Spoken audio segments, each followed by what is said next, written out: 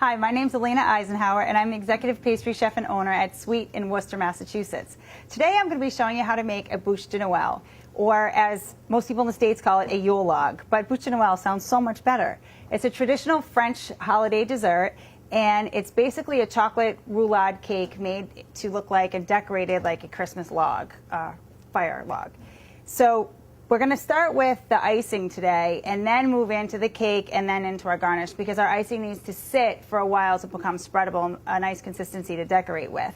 And actually, this recipe has evolved over many years. I started making Buche De Noel when I was 12 years old. I found a recipe in The Joy of Cooking, which is probably where I found most of my original recipes as a kid, because my mom had a good old beat-up copy, and I used to kind of read through it all the time looking for interesting things. And I always have been drawn to interesting holiday traditions and festive things from other countries and around the world. And this was really one of the first recipes that I ever started making. So first thing I'm going to do is I have a double boiler here. So we have water in a pot. You can make your own at home. You just take a bowl that fits over your pot nicely. A little tip you want to remember is you do not want the water to be touching the bowl. There needs to be some space in between there. It's going to create steam, and it's going to gently melt your chocolate without burning it.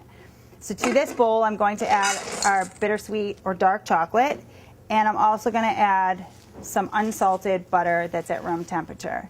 I'm going to turn this on, and we're going to let this melt. I'm going to continue stirring it the entire time so that it's a nice, smooth consistency, and then slowly we'll add in the little bit of cream and then set that aside. So now the chocolate and the butter are all melted together. Looks beautiful, shiny and smooth. I'm going to slowly add in my heavy cream, which I have here at room temperature. I'm just going to incorporate that a little bit at a time into the butter chocolate mixture. I don't want to add it all at once because you have a risk of it not staying as smooth. And if your cream's too cold, if it's starting to seize up your chocolate a little bit. Better safe than sorry.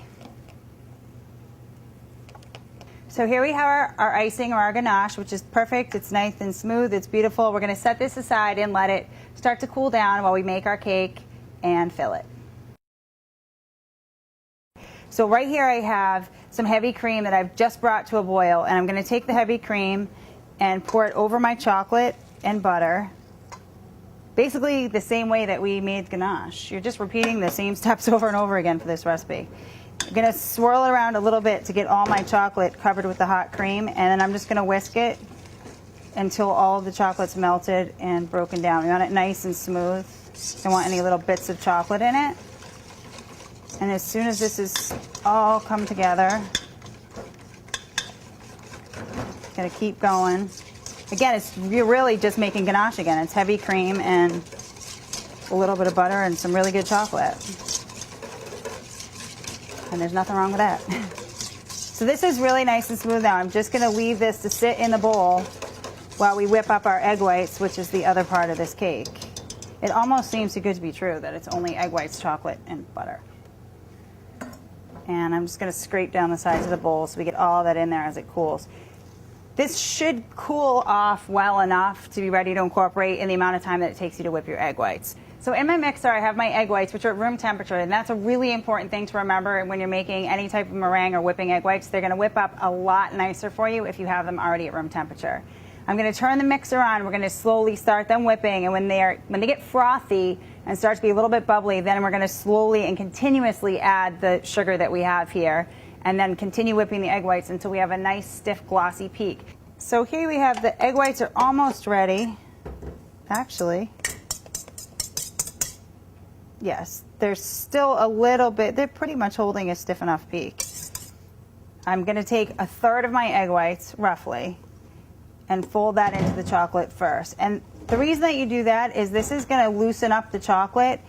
There's more of a chance of them deflating or breaking when you first put them into the chocolate because it's a little bit thicker and a little bit warmer. And if I lose air in just a small portion of my egg whites, that's all right. It's not going to affect the recipe that much. This way, it's softer and lighter for me to start to add the rest of the egg whites, and we have a better chance of them staying nice and fluffy. And this is the only leavening, this is the only thing that gives this cake lift, is the egg whites. So I have in, again, another third, and I'm just folding really carefully. You go around, under, and then kind of over. And I'm going to add my last little bit of eggs here. Get every little bit out of the bowl and continue to fold. And I'm going to take and pour the batter into a large cake pan or cookie sheet pan that we have here. You want to make sure that it has a good lip on it.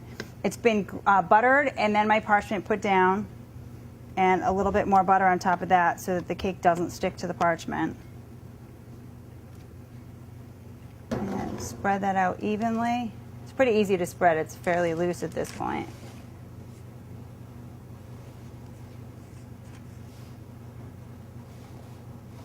Get right. You want it nice and even because it's going to make it easier to roll this up afterwards.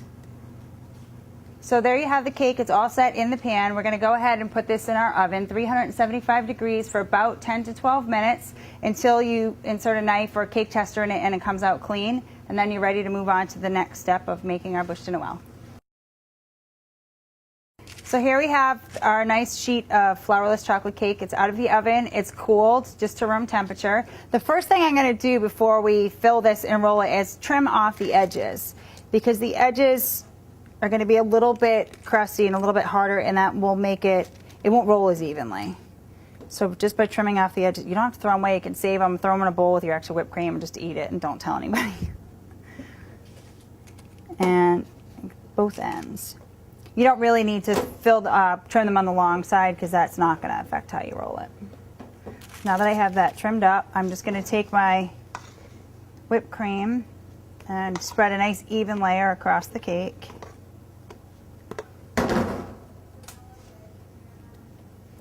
For this job, you don't have to have an offset spatula, but if you have an offset, either a small one or a large one, it's going to make your job a lot easier. It seems like a silly little thing, but the difference between using an offset and trying to do it with one of these is huge. The offset just is going to make it much faster and more even. All right, so now we're ready to roll. So I'm going to take the paper. I'm using my paper to help me. Now there's a chance that some of this is going to break and crack as we go, but that's okay. As we always like to say, there's nothing a little frosting can't fix. We can hide this all afterwards with our beautiful ganache. So you're just going to roll a little bit at a time and peel the paper away as you go. It's kind of like rolling sushi. I'm just going to tuck it over. And then pull the paper back. And we're going to roll it up again, pull the paper back. And by keeping the paper on it like that, that's helping it to not crack on you and break too much as you roll it. And pull it back. Perfect. So the way we're going to do this is I'm going to cut off, this one it so happens is a little bit thinner at one end, so I'm going to use the thinner end to cut off my little stump to attach to it. And all I'm going to do is cut that at an angle.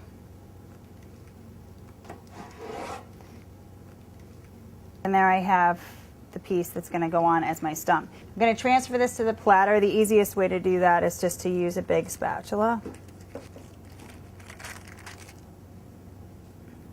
And it just fits.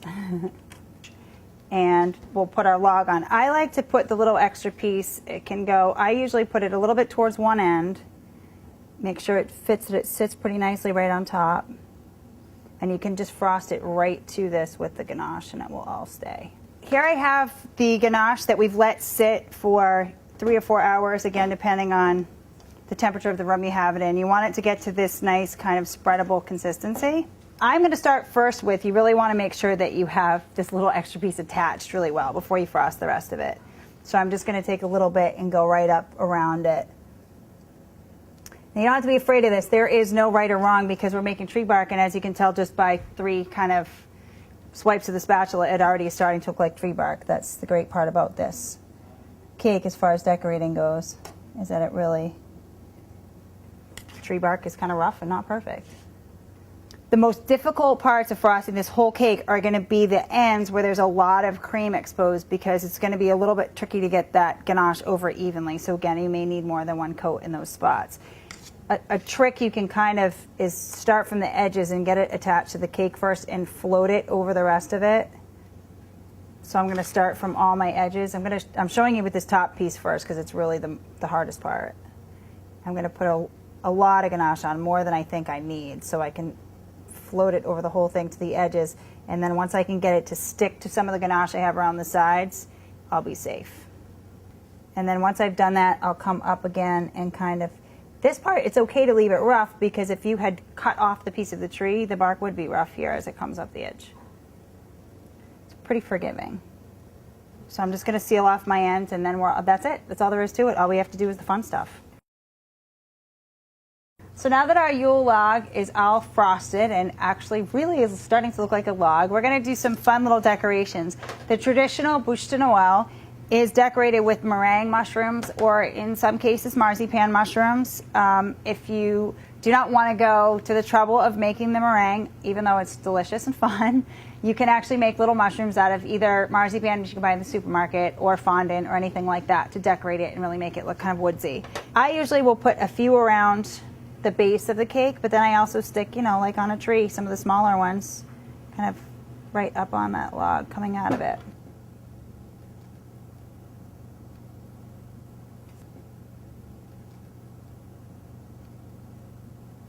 I'm going to take here is a little bit of chocolate dirt that I've made with just some really nice chocolate and tapioca maltodextrin blended together in a food processor, and it comes out like dirt.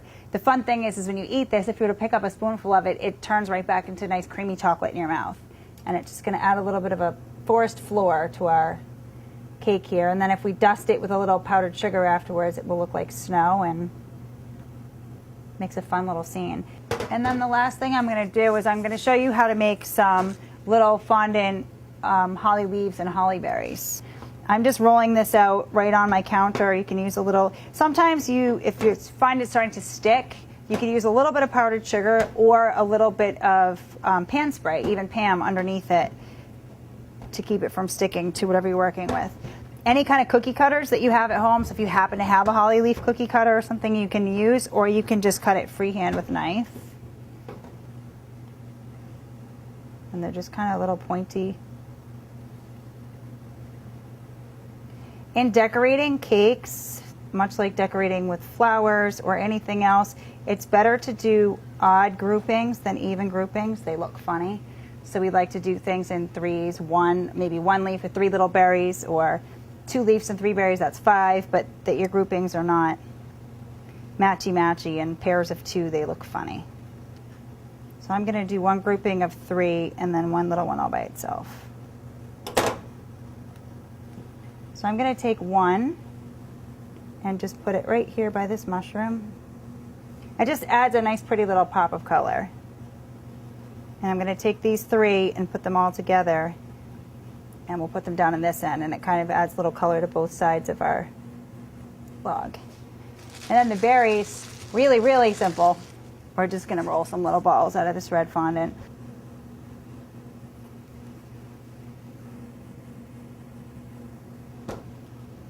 And then some up by our little mushroom. And it should stick because of the ganache, and the fondant itself is a little bit sticky. If it doesn't, you can use a little bit of water or a little bit of ganache and stick it to itself. And there we go. Last step, I'm going to make it snow. So I'm just going to take a little bit of powdered sugar, and I don't want to, the tree is so pretty, so I just want to put maybe a little bit on parts of the tree. More, I'm going to try and just get it over my mushrooms and the ground in the front. And here you have a traditional French Buche de Noel.